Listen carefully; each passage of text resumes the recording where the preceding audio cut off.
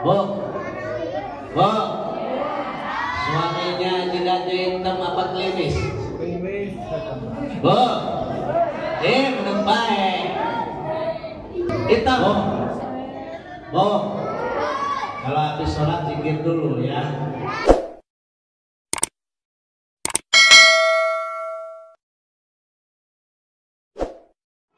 Pada anda kawan-kawan kami persilakan.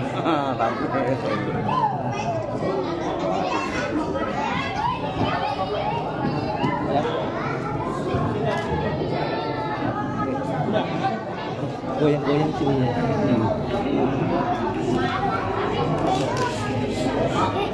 Kiamat di hadapanku.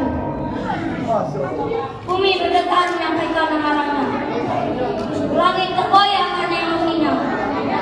Banyak para pemuda-pemudi yang dengan sengaja melakukan dosa. Andaikan kiamat tiba hari ini, mereka menangis dan berlari kemana-mana, mencari tempat perlindungannya, menebar rasa takut akan dosa-dosanya. Wahai manusia, ingatlah akan akibatnya. Bila engkau mendustakan yang kuasa, pemilik alam semesta, dan tetap mengabadi selamanya. Ya Allah, ampuni aku, ampuni dosa-dosaku. Ku bertobat di jalan-Mu dan jangan hukum aku ya Allah. Ya Allah, pemilik alam jagat semesta, di dalam taubatku yang kusuk dalam sujudku yang penuh pengharapan, bimbing langkah hamba yang beriman agar tak sesat di jalan dunia. Kadang-kadangku cahaya sejati membuatku bersandar dan memuat kasih. Cukup Allah menjadi penolong kami, dan Allah sebaik-baik pelindung kami.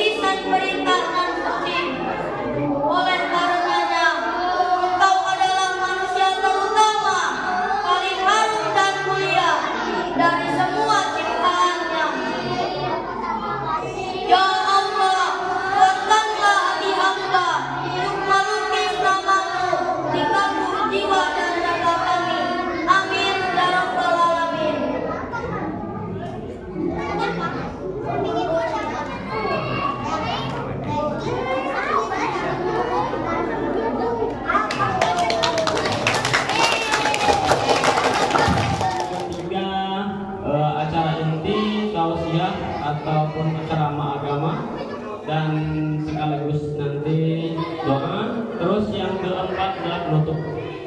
Untuk menambah hikmah keberkahan pada acara kita pada malam hari ini, mari kita buka dengan lafaz basmalah.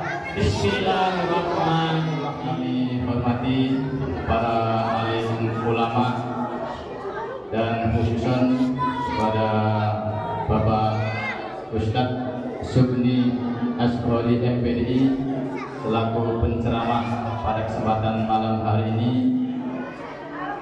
Yang kami hormati para orang tua kami, tokoh agama, tokoh masyarakat yang tidak bisa disebut satu, sesepuh kampung, Bapak RT, Bu RT, dan yang kami hormati para tamu undangan jamaah Masjid Al Hidayah dan baik ibu maupun bapak-bapaknya ataupun ibu-ibunya. Demikian yang dapat kami sampaikan. Atas perhatiannya diucapkan terima kasih. Saya ini wabillahi taufiq wal hidayah. Wassalamualaikum warahmatullahi wabarakatuh. Pada Al-Ustaz Subni Sori Andri, kami warahmatullahi wabarakatuh.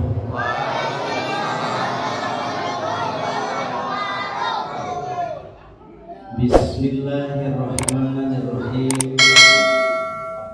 Alhamdulillahilladzi asra bi'abdihi lailan minal masjidil haram ilal masjidil aqsa alladzi barakna haulahu linuriyahu min ayatina innahu huwas sami'ul basir. Asyhadu an la ilaha illallah wahdahu la syarika lah wa asyhadu anna Muhammadan abduhu wa rasuluhu la nabiyya ba'dah. Allahumma shalli wa sallim ala nabiyyina wa habibina wa syafi'ina wa sayyidina wa maulana Muhammadin wa ala alihi wa ashabihi ajma'in. Amma ba'du, fa ya ayyuhal hadirun rahimakumullah, usi nafsi wa iyyakum bittaqwallah. Ittaqullaha haqqa tuqatih wa la tamutunna illa wa antum muslimun. Hadratul muhtaramin wal mukarramin, para alim ulama, para kiai, para ustadz yang tidak bisa saya sebutkan namanya satu persatu, yang insya Allah tidak mengurangi takzim saya. Semoga senantiasa dalam barokah Allah, dalam lindungan Allah, selalu dimudahkan segala urusannya oleh Allah Subhanahu wa Ta'ala. Ketua DKM Masjid Al-Hidayah beserta segenap pengurus, semoga senantiasa selalu diberkahi oleh Allah Subhanahu wa Ta'ala, senantiasa dalam lindungan Allah Subhanahu wa Ta'ala. Bapak Ibu, para sepuh, binti sepuh, orang tua kami, hadirin jamaah peringatan Isra wal Mi'raj Nabi besar Muhammad sallallahu alaihi wasallam. Alhamdulillah, puji dan syukur kita panjatkan kehadirat Allah Subhanahu wa Ta'ala pada malam hari ini, tepatnya insyaallah pada malam 25 Rajab 1446 Hijriah. Atas izin Allah kita bisa hadir di majelis ini dalam keadaan sehat walafiat. Semoga kehadiran kita pada malam hari ini dicatat sebagai amal soleh oleh Allah Subhanahu wa Ta'ala, dilipat gandakan pahalanya oleh Allah Subhanahu wa Ta'ala. Semua yang terlibat dalam acara ini, baik material maupun non material, semoga sekali lagi dicatat sebagai amal soleh oleh Allah dan dilipat gandakan pahalanya oleh Allah Subhanahu wa Ta'ala. Amin. Allahumma ya Rabbal. Karena ini begini, Bu, masih semangat? Masih. Karena ini bulan Rajab. Salah satu dari keistimewaan bulan Rajab adalah sebagaimana diterangkan oleh Sayyidina Ibnu Abbas dalam kitab Tafsir Ibnu Katsir. Beliau menjelaskan, wa ja'alallahu al-amal as-shaliha wal ajra fihinna a'zamun. semua perbuatan amal soleh yang dilakukan pada bulan Rajab, maka pahalanya akan Allah lipat gandakan. Maka masih ada kesempatan 4 atau 5 hari lagi. Perbanyak amal soleh, ya Bu ya. Baca Qurannya banyakin, sholat sunnahnya banyakin, sedekahnya banyakin, hadir di majelis ilmu banyakin. Karena insya Allah kalau bulan Rajab pahala kebaikan akan Allah lipat gandakan.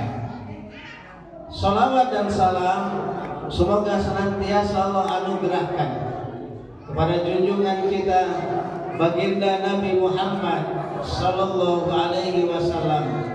Semoga kita semua nanti atas izin Allah di yaumil qiyamah bisa meraih syafaat dari baginda Nabi Muhammad sallallahu alaihi wasallam. Amin. Allahumma ya rabbal alamin.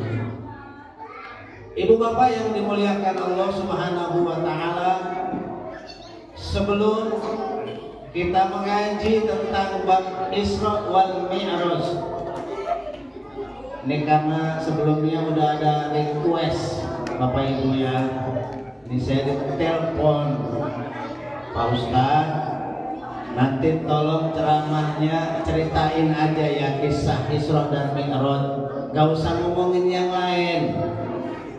Karena biasanya kalau ceramah-ceramah peringatan itu banyak ngomongin yang lain. Kata saya siap.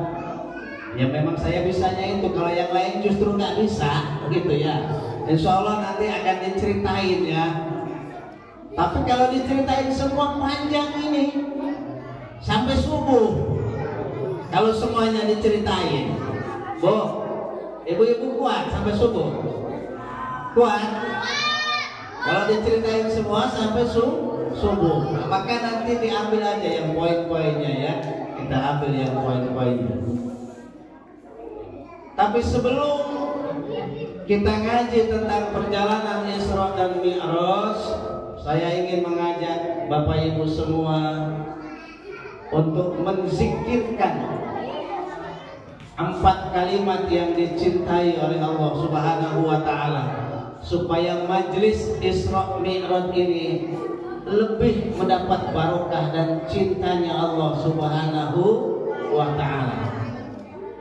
Jadi bareng-bareng dulu Ibu Bapak kita menzikirkan 4 kalimat yang sangat dicintai oleh Allah Subhanahu wa taala. Adik-adik, halo. Kapok diam. Bentar ya. Break Pak Ustadz ya. Bu, wih ganti ini dicelupnya ya. Bu, sudah hafal belum 4 kalimat yang dicintai oleh Allah? Belum? Serius? Mau tahu nggak? Mau tahu banget apa mau tahu sekali? Ya, wadibiro. Kita akan menzikirkan 4 kalimat yang dicintai oleh Allah Subhanahu wa taala. Jadi nanti kita zikir ya. Dalam hadis riwayat Imam Muslim dari sahabat Samurah bin Jundub, Nabi Shallallahu Alaihi Wasallam bersabda, Ahabbul kalami indallahi arba'un. Ahabbul kalami indallahi arba'un. Kalimat yang paling dicintai oleh Allah ada 4 kalimat. Kalau kita menzikirkan kalimat itu, insya Allah Allah akan tambahkan cintanya kepada kita. Subhanallah walhamdulillah wala ilaha illallah huwallahu akbar. Untuk kalimatnya Subhanallah walhamdulillah wa la ilaha illallah huwallahu akbar. La yadurruka bi ayyihinna bada'ta. Boleh dibolak-balik bacanya, kagak mengapa. Ya, kita bareng-bareng baca ya. Saya ingat zikirnya almarhum ahli zikir. Siapa yang zikirnya sahdu itu? Apa? Ustadz Arifin Ilham. Ya, itu zikirnya sahdu tuh, merinding kalau mendengar beliau berzikir. Allahumma ya. Adik-adik, kita zikir dulu ya, bareng-bareng ya. Setuju? Subhanallah walhamdulillah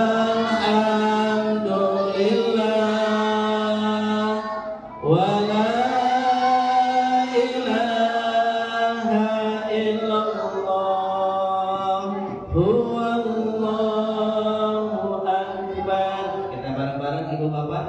Subhanallah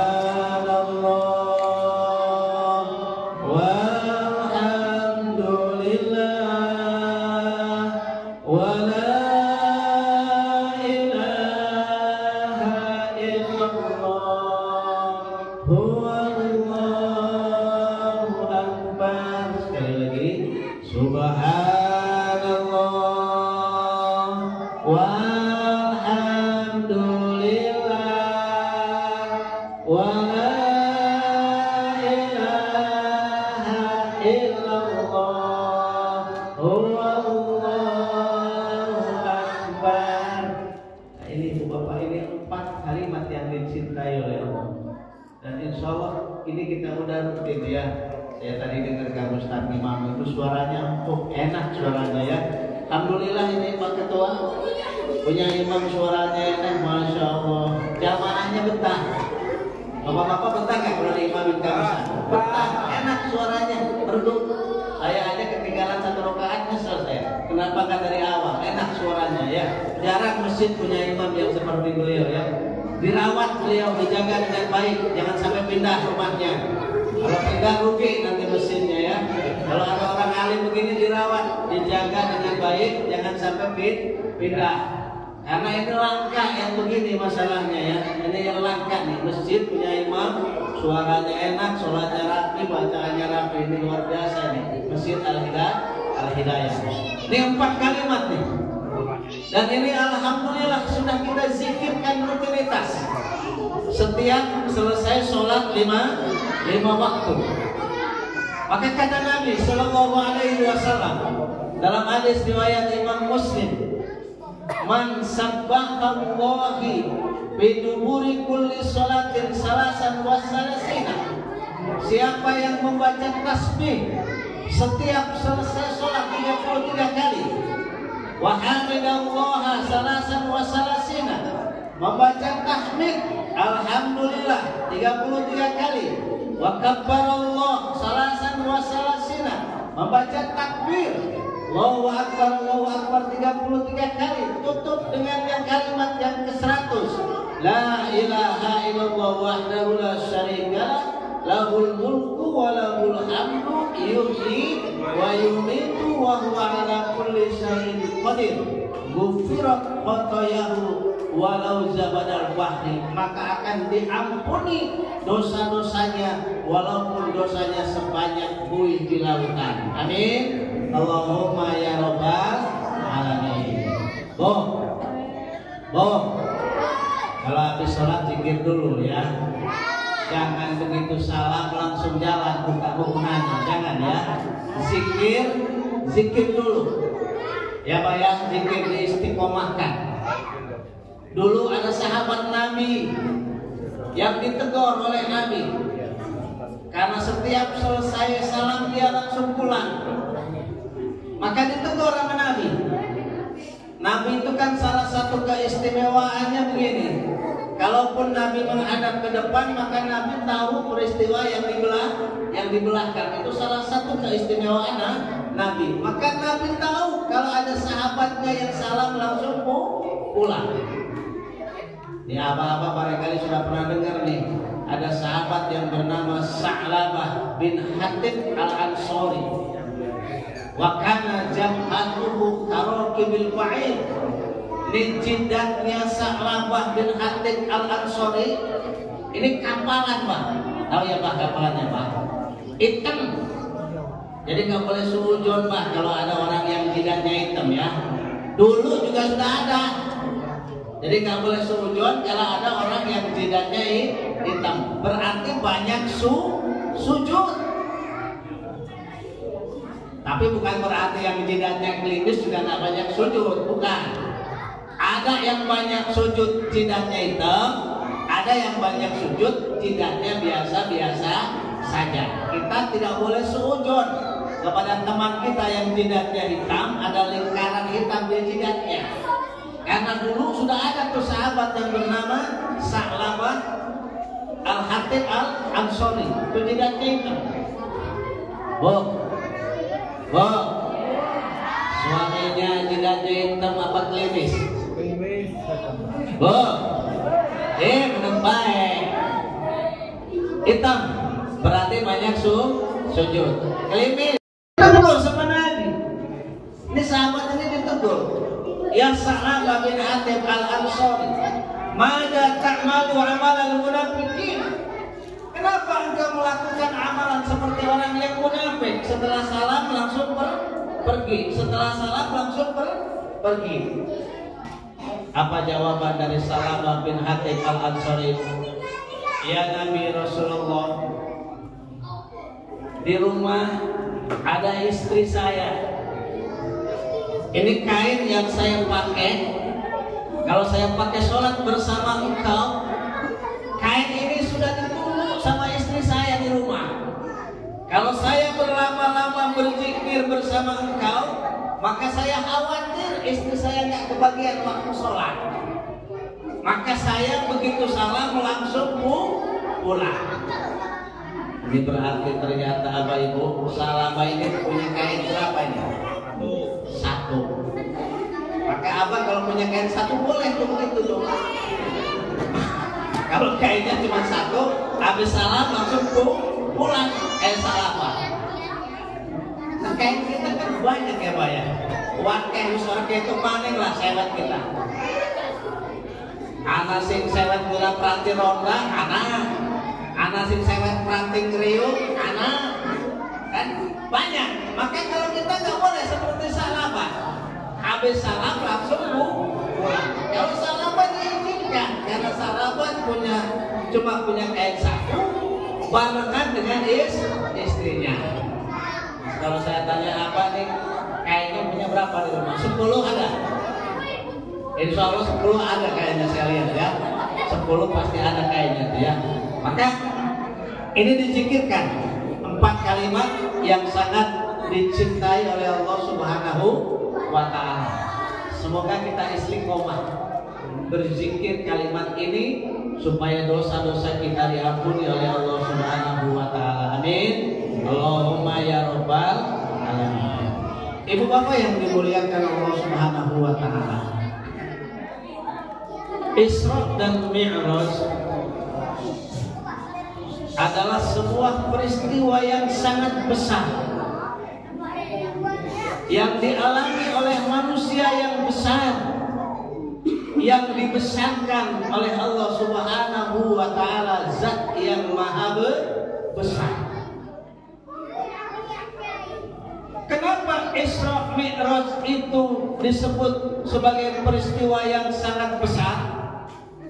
Karena begini ibu bapak, ini Isra Mi'raj ini melewati 3 alam. Isra Mi'raj ini melewati 3 alam. Yang pertama alam nasut, yang kedua alam malakut, yang ketiga alam lahut. Alam nasut itu alam panca indera yang bisa kita lihat, bisa kita raba.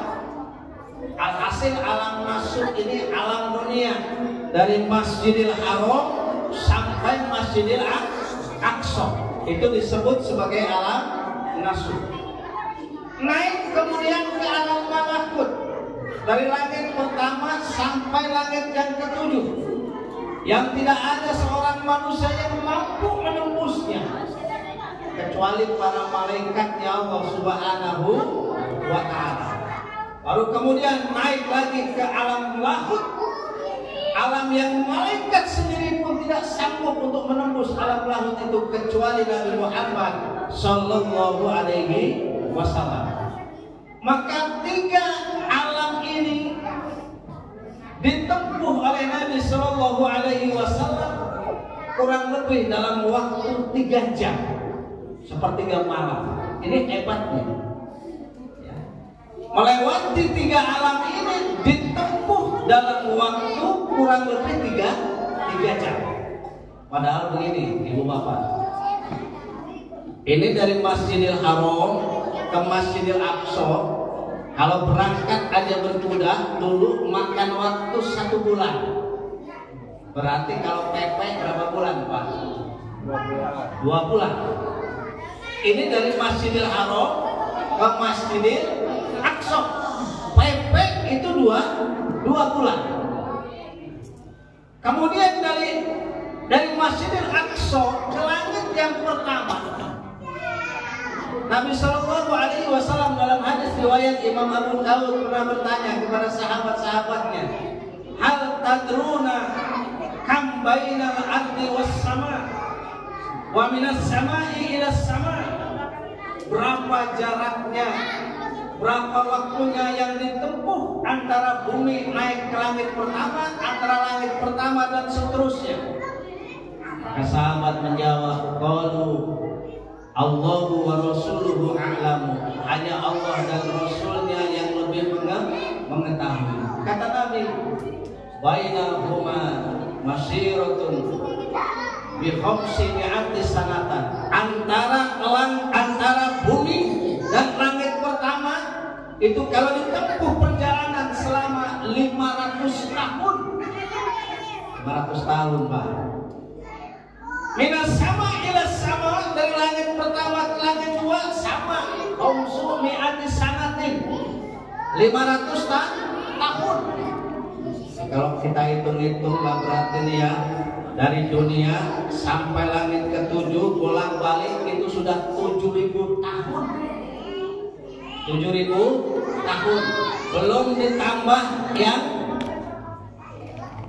Masjidil Haram ke Masjidil Aqsa 2 bulan. Berarti perjalanan selama 7.000 tahun 2 bulan.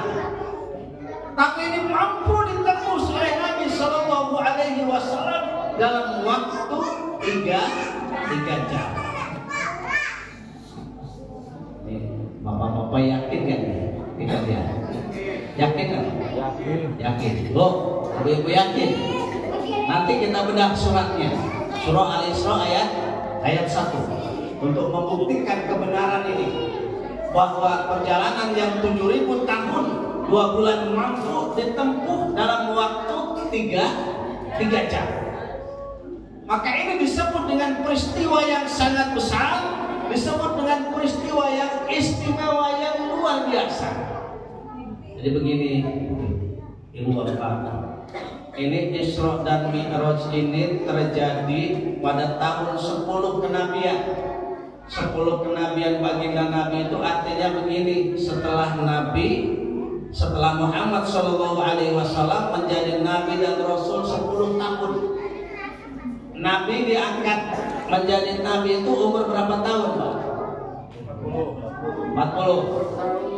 40 tahun ya. Lahir Nabi tahun berapa?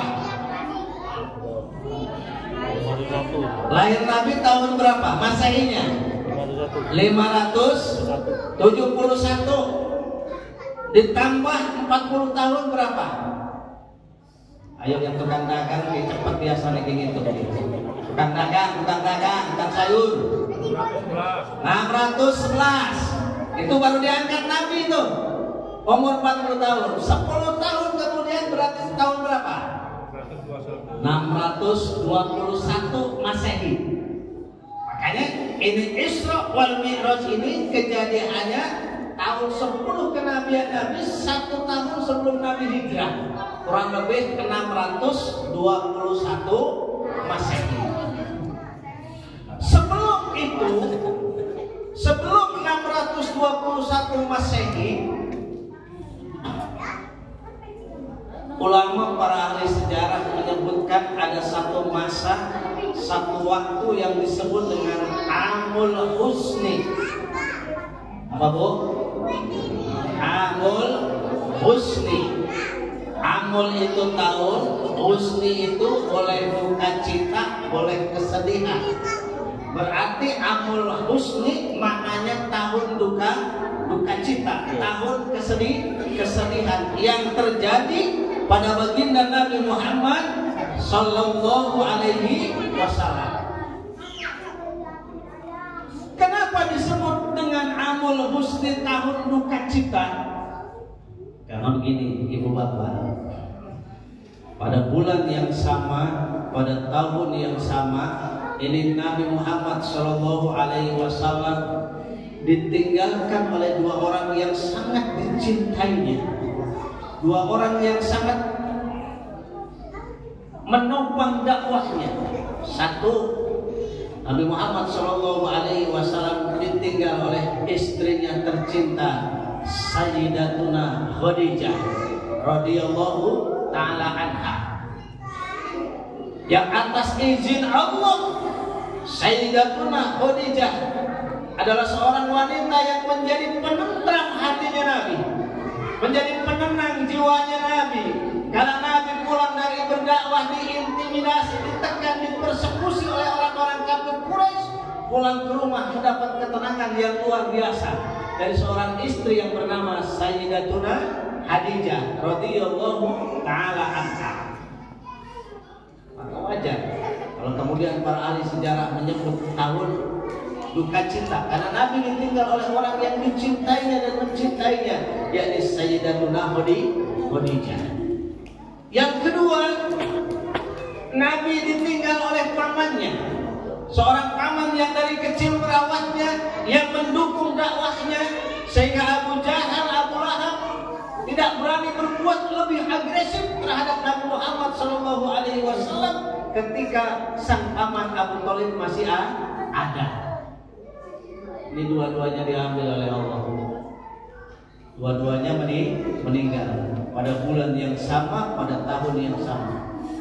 Maka kemudian setelah Nabi Shallallahu Alaihi Wasallam ditinggalkan dengan Sayyidatuna Khadijah dan Abu Thalib, ini orang-orang kafir Quraisy semakin semena-mena ini. Abu Jahal, Abu Lahab dan abu-abu yang lain semakin memberikan intimidasi, tekanan yang luar biasa kepada dakwahnya Nabi Muhammad Shallallahu Alaihi Wasallam. Maka kemudian satu hari Nabi mengajak seorang sahabat yang diangkat sebagai anaknya, yakni Zaid bin Harisah, untuk pergi ke negeri Taif. Taif itu kalau dalam peta itu 100 km dari kota Mekah. Berangkat jalan kaki, Pak. 100 km jalan kaki. Ini jauh nggak kira-kira, Pak? Jauh ya, karena belum ada Grab dulu.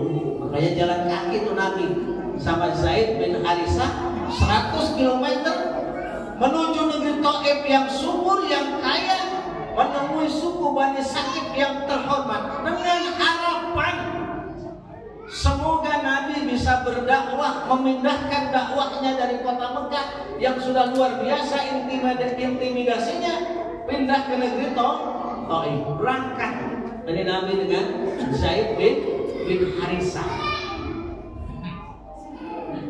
Sampai di negeri Taif, ternyata yang direncanakan oleh Nabi Shallallahu Alaihi Wasallam 180 derajat tidak terpenuhi, karena ternyata Bani Sakif yang ada di negeri Taif tidak menerima dakwahnya Nabi Shallallahu Alaihi Wasallam. Bahkan kalau di Mekah hanya sekedar cacian, hinaan, intimidasi dan lain-lainnya, tapi ketika di negeri Taif Nabi Shallallahu Alaihi Wasallam dilempari batu-batu oleh penduduk negeri Taif, sehingga kaki Nabi berdarah, badan Nabi berdarah, tangan Nabi berdarah. Zaid bin Harisah yang melindungi Nabi, kepalanya berdarah, bocor. kena hantaman batu-batu yang dilakukan oleh penduduk negeri Taif. Maka kata Nabi kepada Zaid bin Harisah, kita mundur. Sepertinya tidak bisa kita berdakwah di sini. Kita pulang ke kota Mekah. Sampai di pertengah perjalanan, di kelelahan Nabi Shallallahu Alaihi Wasallam dengan Zaid bin Harisah, kemudian berhenti di sebuah kebun kurma. Lalu Nabi berdoa bermunajat kepada Allah. Dan ulama menjelaskan doa inilah yang dipanjatkan oleh Nabi yang menggemparkan arasnya Allah. Itu doa Nabi ketika beristirahat di kebun kurma. Apa kata Nabi dalam doanya yang cukup panjang? Ilahi, ilaika asku dha'fa quwwati wa qillata hawani 'alan nas ya arhamar rahimin anta rabbul mustad'ifina anta rabbi, dan seterusnya. Kata Nabi, duhai Allah Tuhanku, aku mengadu kepadamu atas kelemahan jiwa ragaku, atas ketidakberdayaan diriku terhadap manusia. Engkau adalah Zat yang maha sempurna rahmat dan rahimnya. Engkau adalah Tuhan yang mengurus orang-orang yang lemah. Engkau adalah Tuhan yang mengurusku, merawatku, menolongku. Maka akan kemana lagi kakiku ini kulangkahkan? Apakah perjalanan ini masih jauh tapi orang-orang tetap akan menganiaya diriku?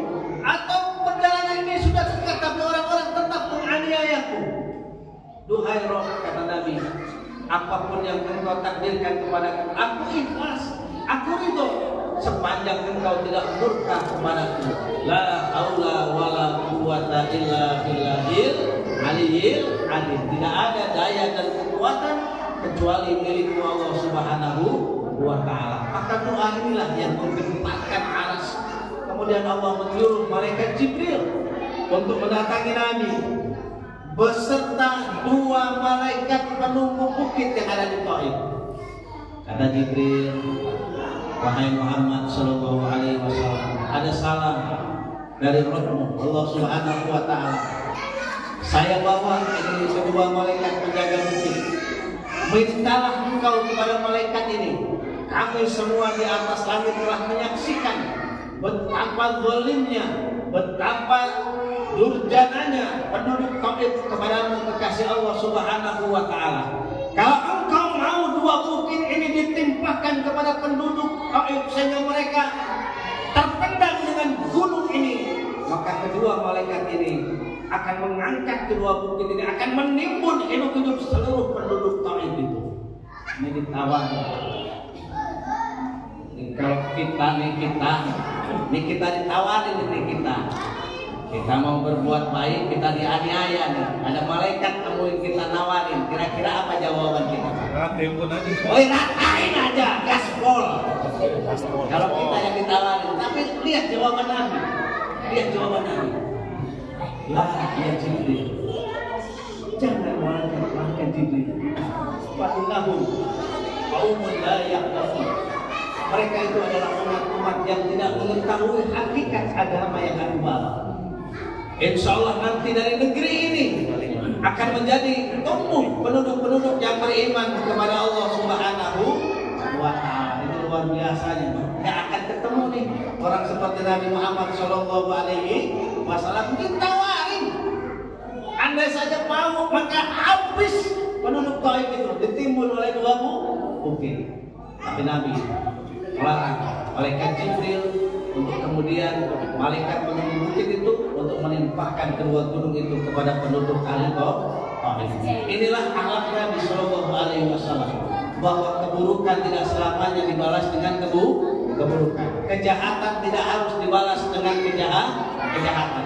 Barangkali kalau keburukan dibalas dengan kebaikan, yang buruk akan menjadi baik.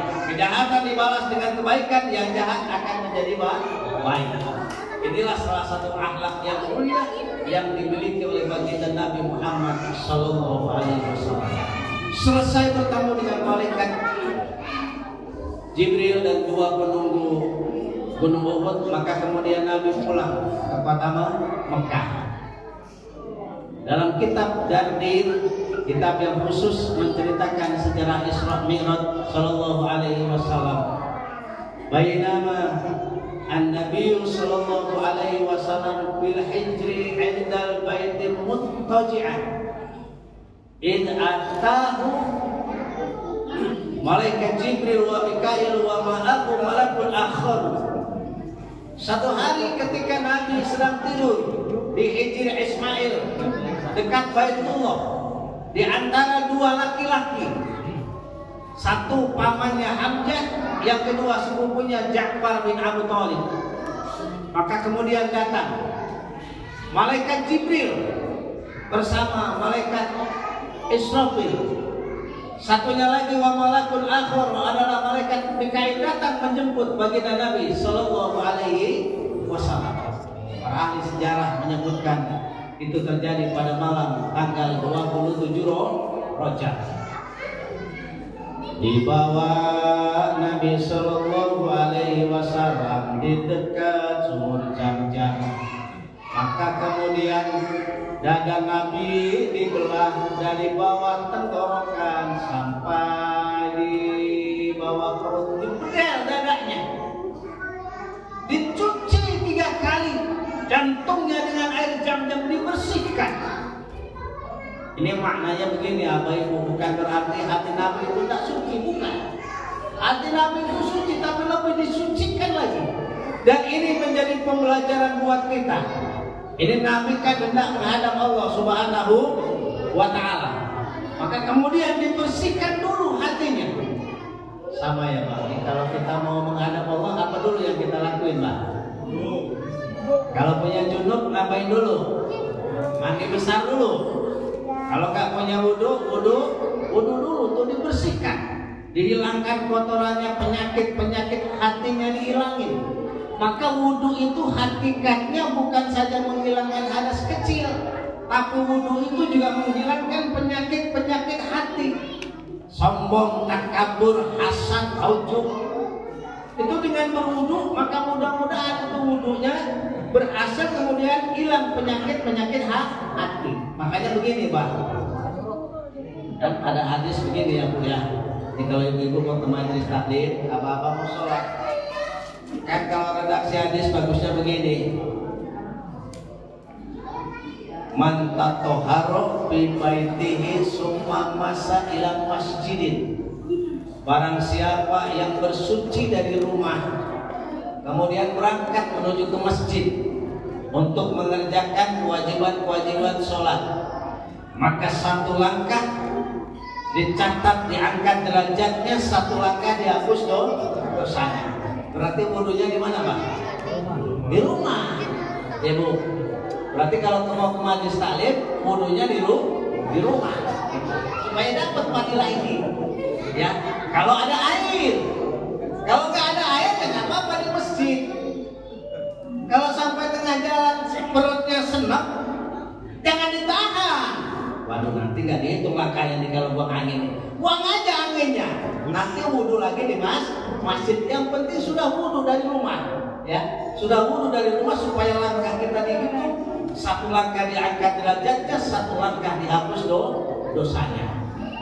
Maka ini beruntung nih rumahnya yang paling jauh dengan masjid nih. Ini siapa di sini yang paling jauh nih? Di masjid ya. Paling jauh ya. Yang paling dekat siapa nih yang paling dekat? Gak perlu muter-muter yang dekat, jangan yang dekat muter-muter lagi kan supaya dihitung pahalanya. Enggak, insya Allah sama niatnya ya. Berangkat tuh, bersuci dulu tuh ya, bersuci. Berangkat. Sudah dicuci hatinya sama malaikat Jibril dengan menggunakan air Zam-Zam, maka mulailah perjalanan Isra wal Mi'raj. Makanya tadi yang dibacakan oleh bukan Kori cilik ya, anaknya yang cilik, tadi salah nyebut aja Pak MC ya. Saya juga mana Kori cilik, saya juga tahu yang pendiri ayahnya itu ya, tadi dibaca tuh. Maka dalam surah Al-Isra itu minimal ada 4 penjelasan. Subhanalladzi asra bi'abdihi lailan minal masjidil haram ilal masjidil aqsa. Yang pertama, Di Allah mengawali peristiwa Isra dan Mi'raj dengan kalimat Subhana. Kalau ada Al-Quran kemudian tertulis peristiwa diawali dengan kalimat tasbih Subhana, maka berarti peristiwa yang akan diceritakan itu adalah peristiwa yang luar biasa. Karena tidak semua peristiwa itu diawali oleh Allah dengan menggunakan kalimat tasbih. Ketika Allah menciptakan Nabi Adam, Allah tidak mengawali dengan kalimat tasbih. Ketika Allah menenggelamkan Raja Fir'aun di Laut Merah, Allah tidak mengawali peristiwa itu dengan kalimat tasbih. Ketika Allah membanjirkan Nabi Nuh dengan banjir bandang, menenggelamkan kaum Nabi Lut, Nabi Soleh di perut bumi, maka Allah tidak mengawali dengan kalimat tasbih. Tapi ketika Allah menjelaskan kali Isra dan Mi'raj, maka Allah mengawalinya dengan kalimat tasbih Subhan. Maka ini menunjukkan peristiwa Isra dan Mi'raj itu adalah peristiwa yang sangat luar biasa. Subhanalladzi asra, maknanya asra itu Allah yang memperjalankan. Ini berarti Isra Mi'raj ini maunya Nabi apa maunya Allah? Bu, ayo pada ngantuk kayaknya guys, menang, baik lentuk. Nih Isra Mi'raj ini maunya Nabi apa maunya Allah? Maunya Allah. Maka apa yang tidak mungkin kalau Allah yang mau? Nih biasanya kan begini nih Pak. Nih kalau kita melihat nih ada bayi lahir, oe. Logika kita berpikir gimana? Ini pasti bayi ini ada ayah, ada ibunya. Itu logika kita. Tapi nggak logika kalau Allah nggak begitu. Karena ada manusia yang tanpa ayah, tanpa ibu juga ada. Siapa namanya? Nabi Adam alaihi salam. Nggak ada bapaknya, nggak ada ibunya, tapi muncul Nabi Adam. Ada manusia yang keluar dari tulang rusuknya Nabi Adam yang bernama Siti Hawa. Nggak punya ayah, nggak punya ibu. Allah mampu tuh. Kalau logika kita nggak mampu, nggak mungkin. Tapi Allah mampu, bisa. Kalau Allah bilang sudah kun, fayakun.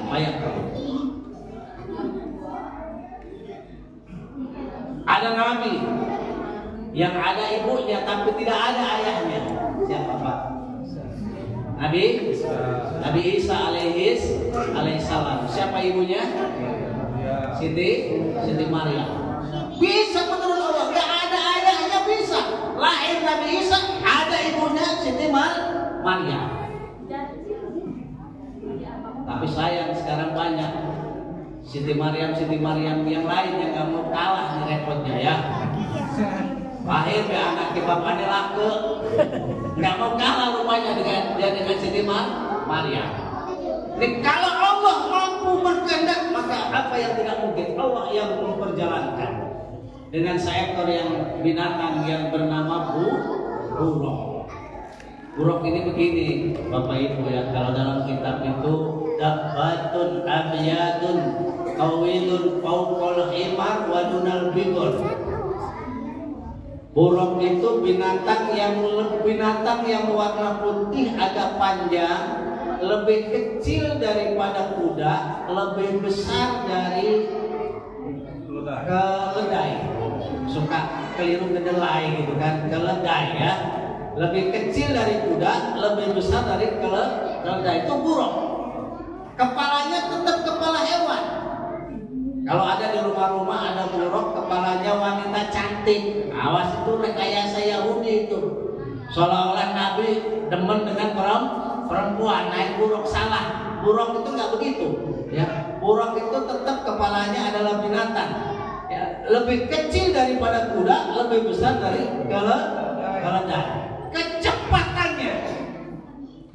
Kecepatannya adalah 300.000 km per detik. Bisa bayangin ya, kecepatan buruk itu 3.000 km per detik. Karena buruk itu maknanya kilat. Kecepatan kilat kan gitu, lepset gitu kan. kilometer per detik. Maka wajar kalau kemudian jarak antara 7.000 tahun 2 bulan itu bisa ditempuh dalam waktu kurang lebih 3 jam. Karena menggunakan kendaraan bulog yang kecepatannya 300.000 kilometer per detik. Nggak bisa ngebayangin kita. Karena akal kita nggak cukup mikirin itu. Bukan nggak masuk akal, tapi akal kita nggak mampu. Akal kita nggak cukup memahami itu. Itu adalah kebesaran dari Allah Subhanahu wa Ta'ala. 300.000 kilometer per detik. Singkat cerita ya Pak, ini kalau rute kan panjang sampai subuh ya. Singkat cerita, perjalanan sampai di Masjidil Aqsa. Sampai di Masjidil Aqsa, sholat dulu Nabi 2 rakaat.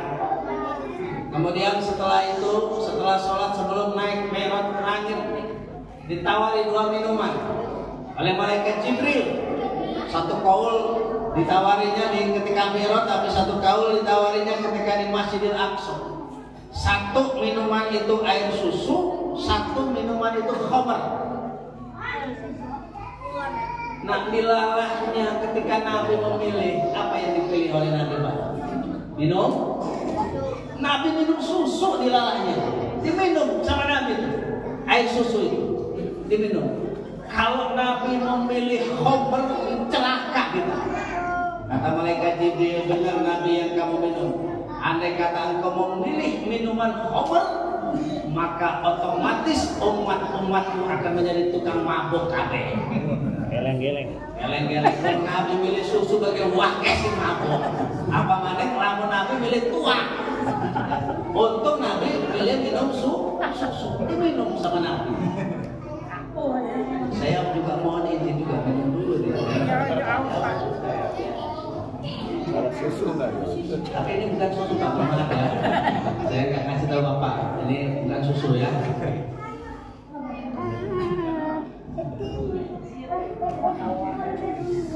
Naik. Kan kalau Isra itu perjalanan Nabi pada waktu malam dari Masjidil Aqsa dari Masjidil Haram ke Masjidil Aqsa. Mi'raj, naiknya Nabi Shallallahu Alaihi Wasallam dari Masjidil Aqsa ke langit yang pertama. Di langit yang pertama disambut oleh kakek kita semua, yaitu Nabi Adam alaihi salam. Kata Nabi Adam, selamat datang wahai putra yang soleh, wahai Nabi yang soleh. Nabi melihat di sebelah kanan Nabi Adam ada kelompok yang sangat besar. Di sebelah kiri Nabi Adam juga ada kelompok yang sangat besar. Wa idza nadara an yaminihi, kalau Nabi Adam menengok ke arah kanan, sama Nabi Adam tersenyum bahagia. Tapi kalau Nabi Adam melihat ke kiri, maka Nabi Adam menangis. Maka kemudian Nabi bertanya kepada Jibril, wahai Jibril, kenapa ini Nabi Adam kalau menengok ke kanan menangis, kalau menengok ke kanan tersenyum, menengok ke kiri menangis? Kata Jibril, wahai Muhammad Sallallahu Alaihi Wasallam, yang di kanan Nabi adalah putra putrinya, cucu-cucunya. Yang di kiri Nabi juga sama, putra putrinya, cucunya. Kan begitu Pak?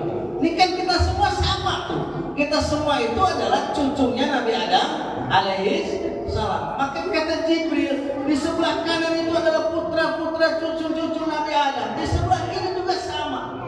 Di sebelah kanan itu akan dimasukkan oleh Allah ke dalam surganya Allah Subhanahu wa Ta'ala. Maka Nabi Adam tersenyum kalau melihat ke kanan.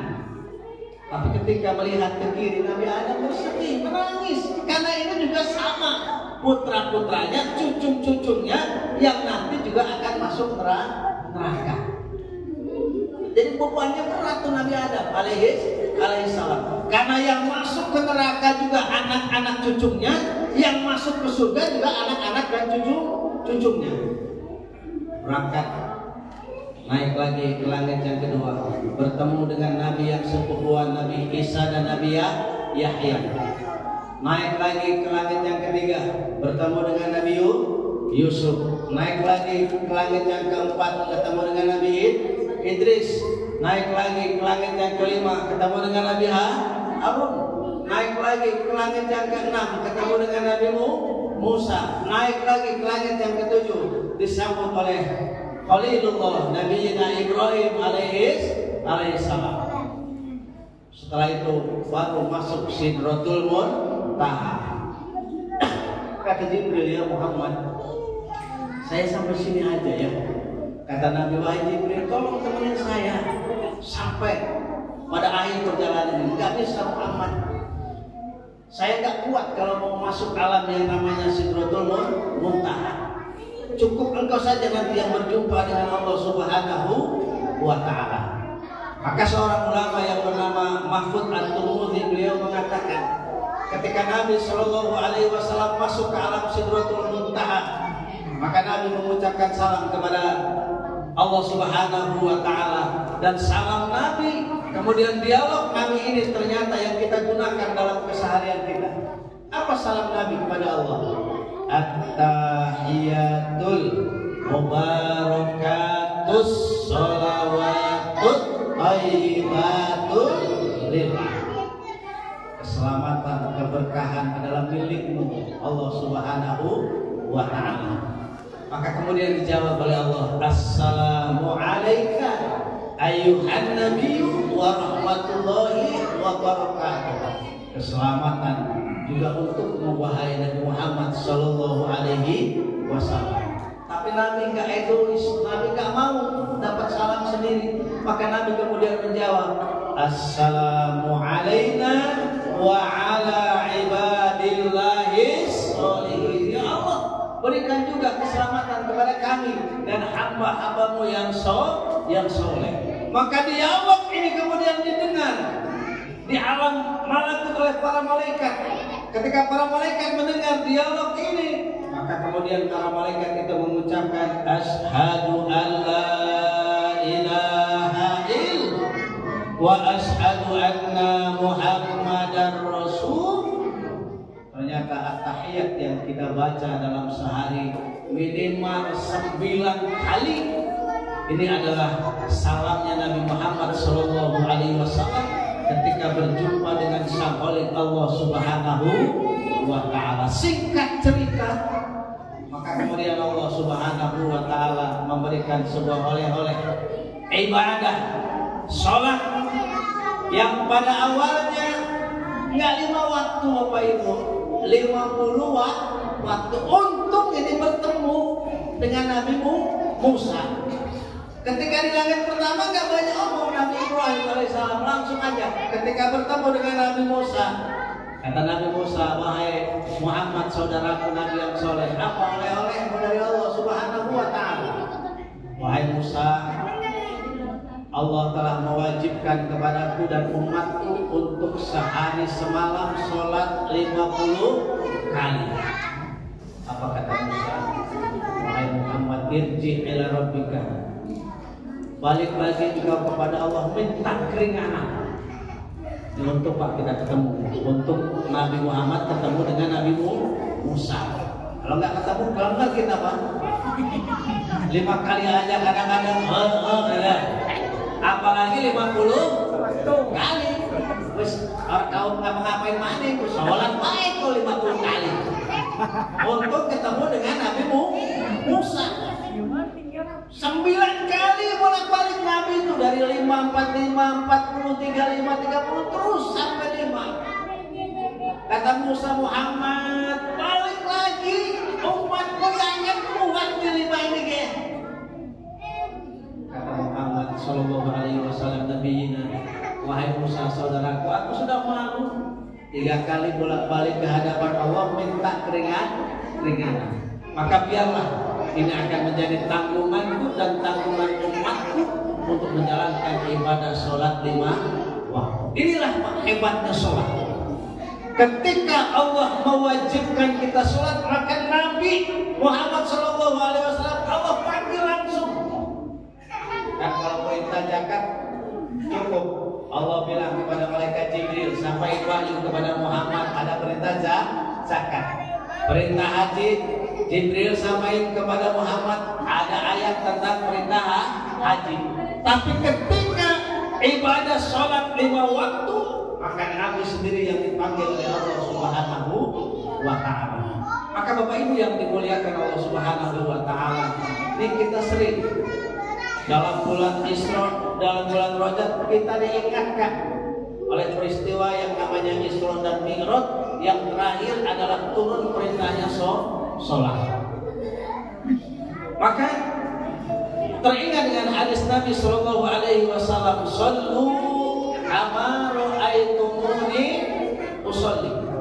Sholatlah kamu sebagaimana kamu melihat saya sholat. Nah, kita nggak sejaman Bapak Ibu dengan Nabi ya. Kita nggak ketemu dengan Nabi, maka kita belajar sholat itu melalui sahabat-sahabat Nabi yang meriwayatkan hadis-hadis Nabi tentang sholat. Maka kalau sholatnya dilakukan dengan baik dan benar, ini sebuah jaminan. Orang yang sholatnya baik dan benar, maka dia akan memunculkan inna sholata tanha anil fahsya'i wal munkar. Itu jaminan. Maka tugas saya, tugas Abah Ibu adalah bagaimana kita memperbaiki kualitas sholat. Begini Pak, secara ringkas ya. Sholat itu kan definisinya begini. Lugotan secara bahasa sholat itu doa. Tapi bukan berarti setelah selesai sholat nggak boleh doa. Ini keliru pemahaman ini, karena ada juga nih pemahaman yang mengatakan kalau habis sholat ngapain doa lagi, karena setelah sholat itu sendiri adalah doa. Nggak begitu. Kalau kita baca kitab Asyiatul Madaniyah, di situ dijelaskan wa yundabu az-zikru wa du'a'u aqibah sholat. Dianjurkan, disunahkan berzikir dan berdoa setelah sholat. Itu jelas. Maka Nabi menganjurkan setelah salam jangan lupa baca tasbih 33 terus. Nabi juga mengajarkan ketika memegang tangan Mu'adz bin Jabal, kata Nabi, Mu'adz bin Jabal, usika, aku berwasiat kepadamu wahai Mu'adz bin Jabal, la tada'anna an taqula fi duburi kulli sholatin. Jangan pernah engkau tinggalkan membaca doa setelah selesai sholat. Allahumma apa Pak? A'ini ala dzikrika wa syukrika wa husni ibadati. Ini wasiat Nabi kepada Mu'adz bin Jabal, kalau habis sholat jangan tinggal baca doa itu. Ini berarti ada anjuran setelah sholat membaca doa. Maka saya sepakat tadi kamu satu banyak ya. Kalau subuh panjang kali ya kamu satu zikirnya ya. Panjangin aja gak apa-apa. Insya Allah nggak salah, karena begini. Ini kita, ini apa-apa. Saya rasa sama ya. Kita bisa zikir itu karena banyak dengar apa karena membaca buku. Kira-kira kita bisa zikir astagfirullahaladzim, la ilaha illallah, Allahumma ajirna minan nar, Allahumma. Ini baca teksnya apa karena sering dengar? Kayaknya sering dengar. Kalau jarang dengar, nggak bisa kita. Karena kita sering dengar orang tua kita dulu, kalau habis sholat zikir. Oh begitu. Maka sama dengan hadis Nabi dalam kitab Azkar An-Nawawi. Ibnu Abbas radhiyallahu taala anhuma. Ibnu Abbas itu kan kecil, walaupun sepupu Nabi, tapi umurnya jauh. Nabi meninggal umur 63 tahun, Ibnu Abbas masih 13 tahun. Berarti selisihnya 50 tahun. Tapi setiap kali sholat Ibnu Abbas bersama Nabi, tapi barisnya nggak di depan, karena Ibnu Abbas masih anak di belakang. Tapi Ibnu Abbas mendengar nih Nabi kalau habis sholat baca istighfar, baca la ilaha illallah wa la syarikalah. Berarti Nabi zikirnya kedengeran apa meneng-meneng baik? Kedengeran logikanya. Ada Ibnu Abbas di belakang kecil bisa meriwayatkan hadis. Nabi setelah sholat baca ini dan seterusnya. Berarti zikirnya kedengeran sama Ibnu Abbas radhiyallahu taala anhu. Makanya kencengin aja dikitnya. Kalau nggak kenceng nanti anak-anak kita susah nggak bisa zikir. Ini kan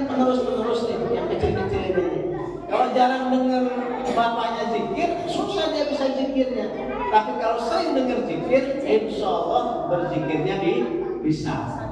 Pada karo bapaknya, kita karo bapak ya, karena pengen sering ngromoni wong tua kita zikir, akhirnya kita bisa zikir. Maka kan begitu, maka sholat itu kan begini, aqwalun wa af'alun muftatahatun bit takbiri wa muftatamatun bit taslim.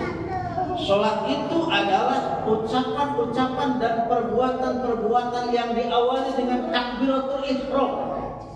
Takbiratul ihram itu ngangkat tangan pertama, Pak. Bapak berdiri. Nih saya tanya nih, Pak. Tuh. Ayo pada ngelentuk ya. Lah kopi ya, ngopi ngantuk ya. Kok main rumah kopi nih ya, orang ngantuk. Nih berdiri nih. Ini saya tanya sama apa? Kalau berdiri begini, ini udah sholat apa belum? Nah, ini kita baris nih, udah sholat belum? Sholat tadi diawali dengan apa? Takbiratul ihram. Kalau belum sholat, boleh nggak kita baca sesuatu? Belum sholat, boleh nggak? Boleh, orang sholatnya belum mulai. Sholatnya belum mulai. Baca apa aja boleh. Makanya ada yang baca Qul a'udzu falaq, Qul a'udzu nas, kan suka begitu ya. Yang was-was-wasan itu dibaca semua tuh. Boleh, karena sholatnya belum mulai. Ada yang usolli, ulang lagi, usolli, ulang lagi. Boleh, karena sholatnya belum mulai. Nanti kalau udah mulai itu sudah takbir, Allahu Akbar, baru tuh udah mulai itu sholatnya. Nggak boleh lagi baca yang tadi itu, was-was nggak boleh. Gitu. Udah ada peraturannya. Tapi kalau baru berdiri itu sholatnya belum mulai. Makanya, tapi jangan dijadiin ini ya, Bapak Ibu ya, ini tugas pengurus masjid kan begini. Bagaimana supaya masjidnya makmur, gitu ya Pak Ketua ya. Tugas pengurus masjid itu bagaimana supaya jamaahnya semakin hari semakin banyak. Kalau ada perbedaan dikit-dikit yang nggak prinsip, bismillahi baik. Sing penting gelem di masjid, udah mau ke masjid aja alhamdulillah. Hilang jamaah satu susah jadi lagi. Jadi kalau sudah mau ke masjid dirawat dengan baik. Ada perbedaan dikit-dikit biarin.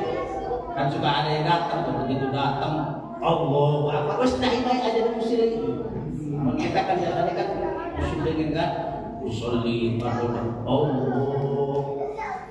Anak patung kita tetap, Allahu Akbar, wes dah baik aja di masjid, dah baik ya.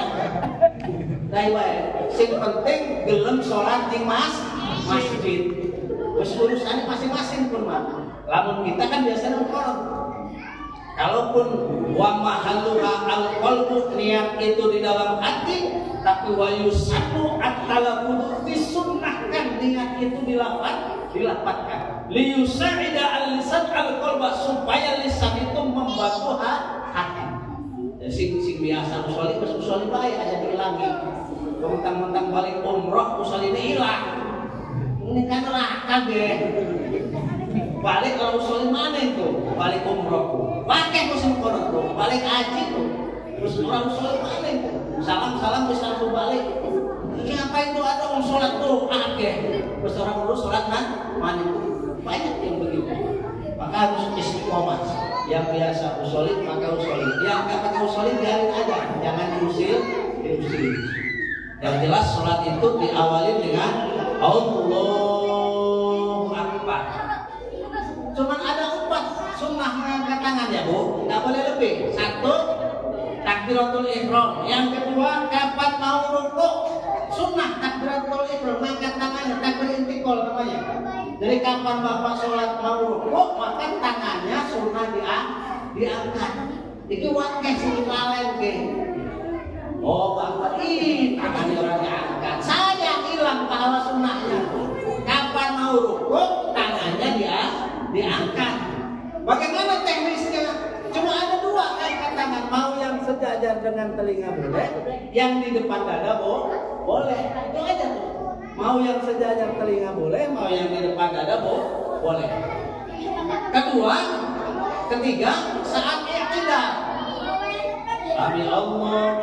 Kan ketika bangun dari rukuk tuh Sami Allahu liman hamidah, udah berdiri tegak, baru Rabbana walakal hamdu sambil ngangkat tangan. Sama ngangkat tangannya, bukan begini. Sami Allah, bukan, ini mah nanti doa kunut kalau subuh yang begini mah.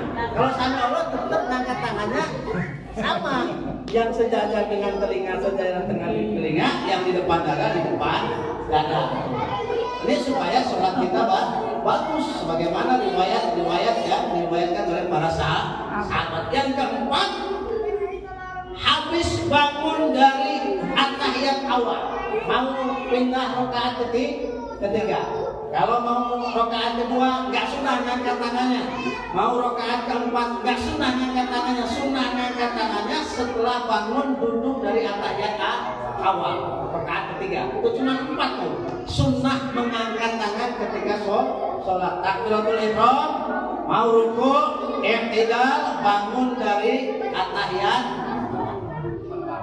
awal. Sayang Pak kalau udah sholat sunnah-sunnahnya nggak dipakai ya Bu ya. Udah sholat terlanjur tuh sunnah-sunnahnya sayang. Kan sunnah itu pekerjaan yang kalau dilakukan mendapat pahala, kalau ditinggalin rugi gitu. Kalau ditinggalin nggak apa-apa, nanti tinggalin aja tuh. Apalagi kalau ditinggalin nggak dosain ini jangan. Kalau ditinggalin rugi. Maka insya Allah sunnah-sunnah itu dilakukan itu begitu teknisnya. Sama kalau sujud itu ada 2 di dalam hadis itu ya. Boleh lutut duluan ya, lutut duluan itu kan berarti Allah begini lututnya itu namanya lutut duluan, baru kedua tangan. Boleh yang turun tangan dulu baru lutut, baru kemudian dahi dan hidung. Cuma 2 itu aja. Yang nggak boleh itu kalau sujud apanya dulu yang turun? Kepalanya dulu nggak boleh itu. Babak belur tuh kalau kepalanya dulu yang turun. Kalau mau lututnya dulu boleh, kedua tangannya dulu boleh. Biasanya kalau yang udah sepuh tuh tangannya dulu tuh biasanya ya, karena kan kuat kalau ini maka dia numpang pakai tangan. Boleh nggak apa-apa, yang penting sujudnya yang bagus, jangan kayak anjing kakinya tangannya dilebrekin ke lantai, jangan. Ada lenggang jauh dari ada itulah tugasnya Pak pengurus masjid itu. Insyaallah sudah ada ya kajian fikihnya ya, supaya sholatnya tambah bagus. Kalau sholatnya tambah bagus, kalau yang begini-begini udah biarin aja Pak, jangan diusilin. Nggak apa-apa, nggak batal sholatnya. Ini mah begini-begini diusilin Bapak itu. Ya jangan dilihatin. Kalau sholat dilihatin orang ya, udah biarin aja yang begini-begini. Cuma kalau kita yang begini-begini makruh, bagusnya angkat dia. Jangan juga tinggi begini, angkat ada tuh banget. Asyhadu an la ilaha illallah. Biasa aja sedang begitu ya. Yang udah biasa digerak-gerakin lanjutin, nggak apa-apa, nggak batal sholatnya ya. Yang biasa istiqomah begini ya. Kalau yang begini-begini menurut kita itu makruh, jangan ya. Kalau yang udah biasa begini mah susah mau ditinggalinnya. Susah kalau yang begini-begini, kita begini-begini terus nggak apa-apa. Sholatnya nggak batal. Kecuali kalau tangannya itu begini-begini batal tuh. Kalau begini-begini kan sama kalau kita gatal Pak, nih gatal. Kan boleh 3 kali. Yang nggak boleh kan 3 kali berurut-urut ya. Gatal hidungnya tuh, angkat tangannya 1, nempel. Pakai jari aja tuh. Apa ledes ke sini. Kalau sebanyak ini aja bergeraknya banyak. Cuman kalau angkat baru pindah sini, pindah itu, ribet sholat ini. Ada tuh yang sholat begitu tuh. Benerin kain, benerin peci, nggak tertib sholat itu yang begitu. Sholat itu enak kan tertib ya. Mana yang gerakan-gerakan tidak perlu jangan dilakukan supaya sholatnya menjadi lebih baik dan benar. Ini alhamdulillah jamaahnya sudah ada. Saya doakan dan kita doakan bersama-sama mudah-mudahan masjidnya tambah ramai jamaahnya. Ini anak-anak tolong nih, jangan diusir ya Pak kalau ribut ya, titip. Nggak boleh nih nyuruh pulang anak-anak kalau ribut.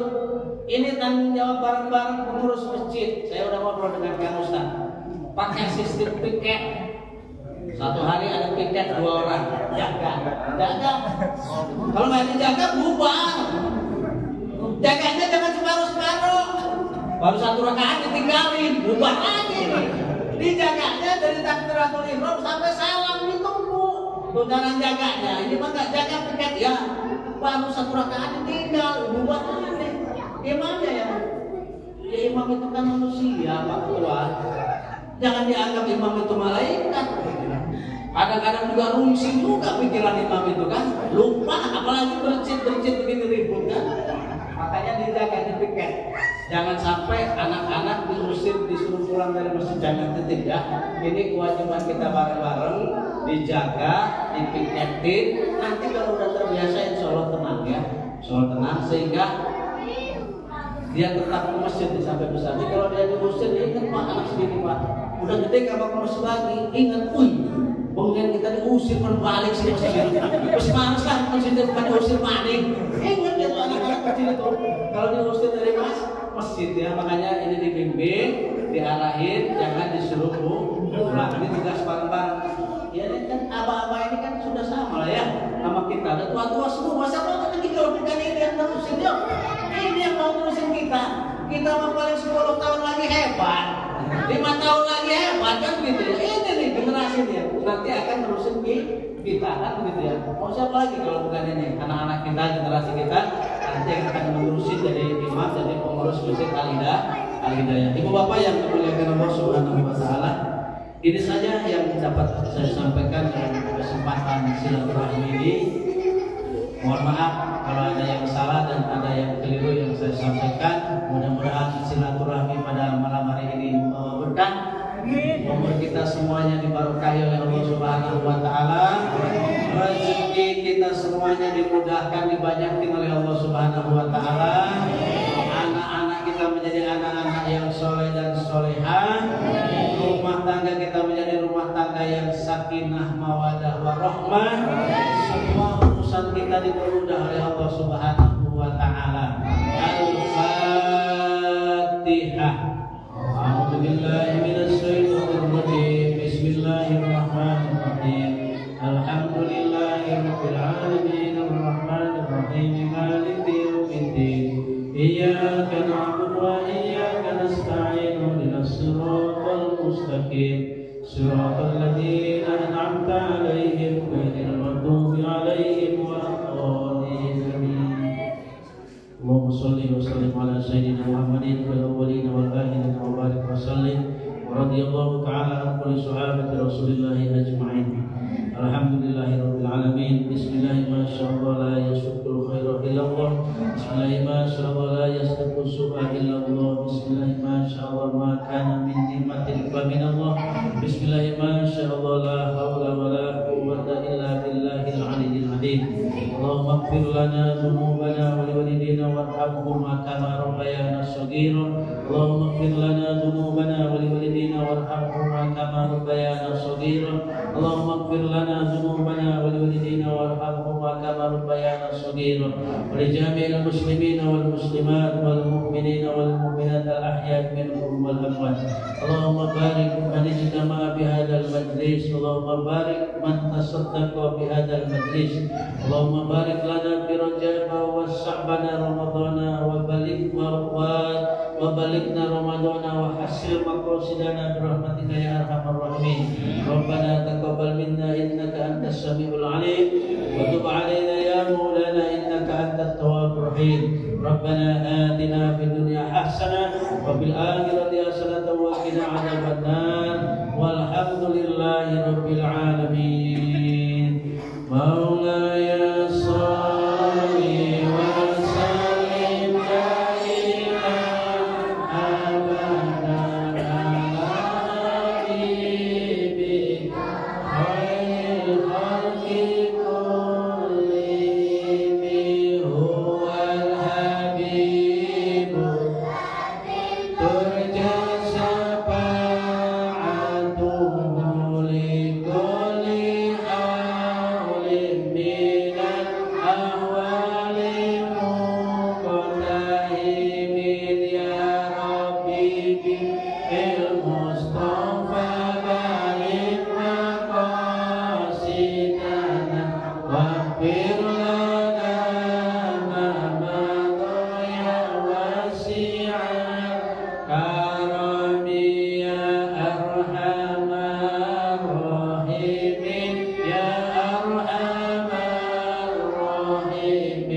ya arhamar rahimin farij 'alal muslimin. Demikian, sekali lagi mohon maaf kalau ada salah dan tidak dulu yang saya sampaikan. Wallahul muwaffiq ila aqwamit thoriq. Wassalamualaikum warahmatullahi wabarakatuh.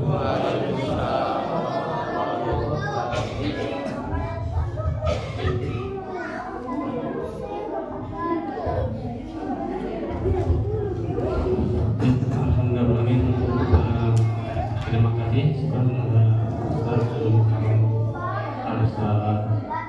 Subhani Asfar. Insyaallah kita akan mendapat hikmah dari jamaah masjid Bapak Ibu sekalian. Allah niat hati ingin berlama-lama sampai juga waktu yang membatasinya. Dari itu saya selaku MC sebelum kita tutup, mari kita lapaskan hamdalah. Alhamdulillahirrahmanirrahim. Alhamdulillah, saya selaku MC Muhammad Radha Salih Hanapan kepada Allah kita sama-sama mohon ampun. Wabillahi taufiq wal hidayah. Wassalamualaikum warahmatullahi wabarakatuh. Bapak dan Ibu jangan tinggalkan dulu karena kita ada makan malam Bapak Ibu. Tolong udah Bapak Ibu ada masak nanti ada yang makan. Jadi ada makan malam. Duduk di depan bisa ya. 1, 2